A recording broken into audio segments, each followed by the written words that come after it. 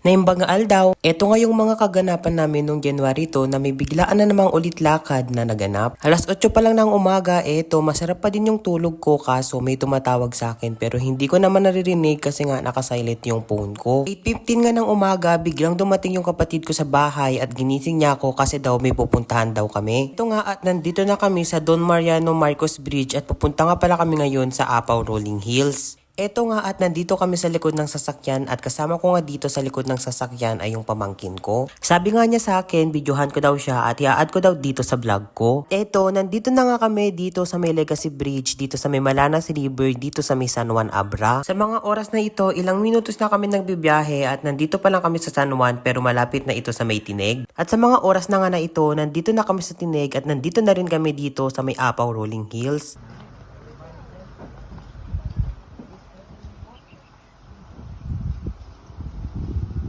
Bago nga kami pumunta doon sa mismong Apaw Rolling Hills, eto, nag-stop muna kami dito sa may registration area. May babayaran nga lang kayo dito sa mismong registration area pero okay lang yon kasi maganda naman yung pupuntahan natin doon sa may Apaw Rolling Hills. Eto nga at habang nagbabayad yung pinsan ko dito sa may registration area, nagpicture-picture na muna kami dito sa may I Love Tineg. At nung nakabayad na nga yung pinsan ko at nakapag-picture-picture na rin kaming lahat, eto at umalis na kami at pupunta na kami sa mismong may Apaw Rolling Hills. Hindi nga kayo basta-basta maliligaw dito kasi nga may mga signage naman dito na makikita natin bago tayo makapunta doon sa mismong Apaw Rolling Hills. Pagkaliko nga natin doon sa may signage, mga 2 to 3 minutes lang ay maaabot na natin ditong mismong Apaw Rolling Hills. Basta alerto ka lang dito at laging tignan yung signage, hindi ka talaga mawawala dito.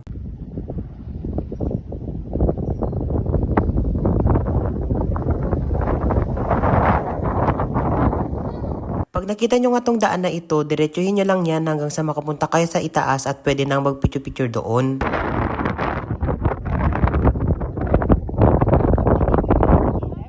At nung nasilayan na nga namin ang kagandahan ng Apaw Rolling Hills, nagpa-picture na din kami pagkatapos umalis na din kami. At hindi na nga rin kami masyadong nagtagal dyan sa may Apaw Rolling Hills kasi nga tanghaling tapat na nung nakapunta kami dyan. At kapag nagutom ka dyan sa may Apaw Rolling Hills, huwag kang mag-alala kasi nga may madadaanan ka naman dyan na bilihan. Mayroon nga din nagtitinda dyan ng pancit pero hindi na nga namin sinubukan kasi nga pupunta pa kami sa may Bangged kasi doon kami kakain ng tanghalian. Dumaan nga lang kami doon sa may Legacy Bridge ng Dolores at pagkatapos nandito naman na kami sa may La Paz. At sa mga oras na nga niya, nandito na kami dito sa may Calaba Bridge at malapit na ito sa may Bangged. Makalipas nga ng ilang minuto, eto, nandito na kami sa may Bangged at pupunta muna kami dito sa Jollibee para kumain. Sa mga oras na nga niyan, ang daming tao na nakapila kaya ang balak namin, i-take out na lang namin yung bibilhin namin dito. At dahil nga may nahanap kami na pwede naming pagkainan sa may second floor, eto, at kinuha na namin yung in-order namin at dito na rin namin kinain sa may Jollibee. Pagkatapos nga namin kumain, eto, pumunta nga kami dito sa may Jumos at bibili kami dito ng gagamitin namin sa pang-samji. Etong beef bulgogi nga lang tong napili namin na gagamitin namin at dalawa lang yung binili namin kasi nga kunti lang naman kami nakakain mamayang gabi. Kumuha na nga lang kami dyan ng cheese ramen na lulutuhin namin mamaya at naghanap din ako ng mix na pang hotpot na ilalagay naman namin mamaya doon sa may cheese ramen. At eto, muntik na nga rin namin nakalimutan na kumuha ng seaweed na gagamitin namin mamaya. At eto, nung nakuha na namin lahat ng kailangan namin at pagkatapos nagbayad na rin kami at umuwi na din kami kaagad. Eto, at nung nasa bahay na nga kami, eto, at biglang umulan ng malakas at pagkatapos bigla namang nawalan ng kuryente maghapon. At dahil nga maghapong walang kuryente at mag-aalas 7 na rin ng gabi nung nagkaroon ulit ng kuryente, hindi na nga rin namin naluto sa grilling pan yung binili namin kanina na beef bulgogi. Eto, at iniluto na nga lang ng pinsan ko doon sa may frying pan yung kanyang biniling beef bulgogi. Pagkatapos, kumain na rin kami ng hapunan. At see you again soon sa ating susunod na video. Agyaman!